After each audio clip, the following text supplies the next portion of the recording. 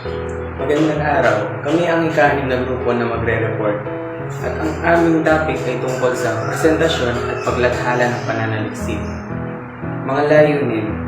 Sa katuparan ng aralan ito, magagawa ng mag-aral na una, matukoy ang halaga ng pagsasapubliko ng pananaliksik gaya ng publikasyon at paglahok sa kolokyum. Pangalawa, may bahagi ang isang research formal o kolokyum sa loob at labas ng klase ang ginawang pananaliksik. Pangatlo, may sagawa ang ilang hakbang sa publikasyon ng pananaliksik at pagpapasa nito sa reference journal.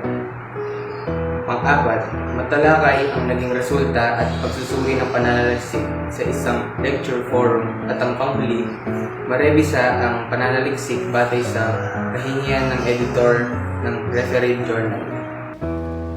Presentasyon at paglathala ng pananaliksik. Ang presentasyon at paglathala ay mahalagang bahagi ng proseso ng pananaliksik dahil ito ang mga yugto kung saan ibinabahagi at ipinapakita ng mananaliksik ang kanyang mga natuklasan at konklusyon sa iba. Bagaman ang produksyon ay nagtatapos na, ang paglathala o presentasyon ang nagbibigay daan para maging kapaki-pakinabang ang impormasyon na nakalap sa pananaliksik sa mas malawak na publiko. Kung walang paglathala o presentasyon, hindi lubos na nagaganap ang proseso ng pananaliksik dahil ang layunin nito ay hindi lamang ang pagbuo ng kaalaman, kundi pati na rin ang pagbabahagi at pagpapalawak ng kaalaman sa iba. Ito ay may dakilang layunin na pataasin ang antas ng kaalaman at kamalayan ng mga taong pinagkukulan ng pananaliksik. Sinasabi dito na ito ay tila isang paglalarawan ng edukasyon o pagsasaliksik na naglalayong mapalawak ang kaalaman at kamalayan ng mga tao sa pamamagitan ng pag-aaral at pag-unawa sa iba't ibang mga paksa. Akademikong publikasyon. Hindi kumpleto ang anumang pananaliksik na walang publikasyon. Ang pinakatanggal at balidong paraan sa akademikong publikasyon ay mapasama sa pananaliksik sa isang referred research journal sa anumang larangan. Ang layunin ng mga akademikong publikasyon ay magbahagi ng mga natuklasan na ideya o teorya na nagresulta ng masusuring pag-aaral o eksperimento. Dahil dito ay isang mahalagang bahagi ng proseso ng pag-unlad ng kaalaman at impormasyon sa isang tiyak na larangan. Peer review. Isang proseso o serye ng ebalwasyon na pinagdaraanan ng manuskripto o artikulo bago ito mailimbang sa mga journal. Ang mga eksperto ay may kakayahan sa disiplina at nakapagtatag na ng kredibilidad bilang mga mananaliksik at author sa mga siyentipikong artikulo sa kanilang larangan o disiplina.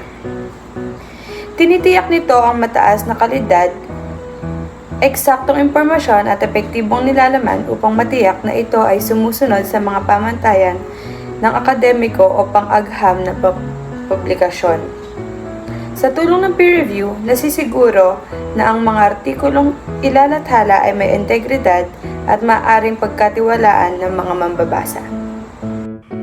Citation Index.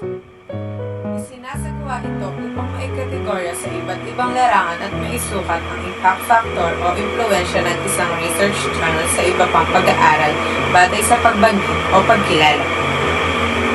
Ayon kay Emerlinda Roman, 2007, dating presidente ng Universidad ng Pilipinas, relatibong mahina pa ang produksyon ng referred research journal sa mga lokal na universidad sa Pilipinas dahil sa kakulangan sa institusyonal na pamumuhunan sa mga kagamitan, laboratorio at iba pang uri ng suporta sa mataas na antas ng pananaliksik. Iba't ibang uri at pamantayan ng journal ayon sa larangan o disiplina at mahalagang pumili ng angkop na journal para sa iyong pananaliksik. Karamihan ng mga kaso ng hindi pagkakatanggap sa pananaliksik ay dahil sa hindi tugma ang pananaliksik sa mga pamamayan ng journal. Nora Newcomb, 2003, sa artikulo pa rin Hewlett, kailangang alamin din ang ilang batayang impormasyon tungkol sa journal lalong-lalo na ang political at patriotic na pagkiling nito. Ang pagsusuri sa impact factor ng isang research journal ay mahalaga upang maikategorya ito sa iba't ibang larangan at matukoy ang impluwensya nito sa iba pang pag-aaral. Ayon kay Emerlinda Roman, ang kakulangan sa suporta at pamumuhunan sa mga kagamitan at laboratory sa mga lokal na universidad sa Pilipinas ay nagiging hadlang sa produksyon ng referred research journals. Samantala, ayon naman kay Nora Newcomb, mahalaga rin na piliin ang angkop na journal na tugma sa larangan at pamamaraan ng pananaliksik, pati na ang kritikal na pagsusuri sa political at theoretical na pananaw ng journal. Presentasyon ng pananaliksik. Isa pang paraan ng pagbabahagi ng pananaliksik ang presentasyon nito sa mga lokal, pambansa, at pangdaigdigang komprehensya. Sa pamamagitan nito ay nalilinlang ng kagustuhan ng mga miyembro ng akademya na maghanal ng mas mataas na antas ng kaalaman o pag-iisip. Ang layunin nito ay makabigay ng komprehensibong pag-unawa sa mga natuklasan at makapagbigay ng pagkakataon para sa pagsusuri at talakay. Ang mga mananaliksik ay maaaring ipakita ang kanilang resulta, metodolohiya at konklusyon sa harap ng mga kapwa professional at akademiko. Isa sa praktika rin ito, ang pampublikong espero o public sphere, na ideya ni Jürgen Habermas, 1989. Isang alemang sosyalista at pilosopo. Mahalagang likayin ang pampublikong espero sa loob ng mga edukasyonal na institusyon upang ipalaganap ang demokratikong proseso ng pagkonsulta sa mga miyembro ng mga akademya sa iba't ibang issue. Hakbang at gabay sa pag-oorganisa ng isang forum o colloquium sa pananaliksik. Una, linawin ang katangian ng forum at kung ano ang mga paksang tatalakayin. Pangalawa, hikayatin ang buong klase na magbahagi ng mga pananaliksik na ginawa sa klase. Pangatlo, hikayatin ang mga mag-aaral, guro at iba pang bahagi ng akademikong komunidad na manood at aktibong lumahok sa forum. Pang-apat, iplang ang petsa at lugar ng forum. Pang-lima, itakda kung sino-sino ang magiging moderator at reactor sa bawat papel na tatalakayin. Pang-anim, maglaan ng sapat na oras para sa mga komento, reaksyon at tanong na pagdadaluyin ng moderator.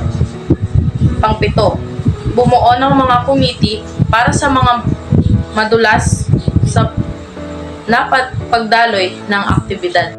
Pang-pito, bumuo ng mga committee para sa mas madulas na pagdaloy ng aktibidad.